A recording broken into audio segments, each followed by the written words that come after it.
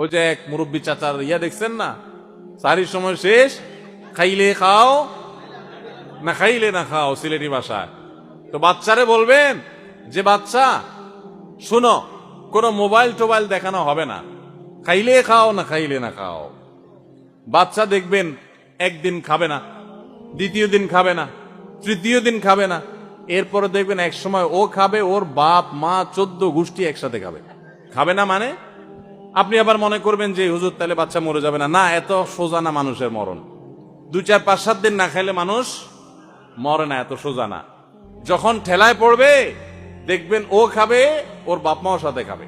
এগুলো সব আমাদের হীনমন্যতার কারণে হয়েছে যে বাচ্চা হুজুর মোবাইল না দেখাইলে খায় না। কে বলেছে আপনাকে? আলহামদুলিল্লাহ, আমি তো আমার ফ্যামিলিতে দেখি কই বাচ্চাদের মোবাইল দেখানো ছাড়া খাওয়ানো হয়, তারা খুব ভালো করে খায়। এই জন্য সৎ সাহস দরকার। বাচ্চাদের মোবাইল আসক্তি থেকে তাদেরকে বাঁচাবার জন্য নিজেরা মোবাইল আসক্তি থেকে দূরে সরতে হবে।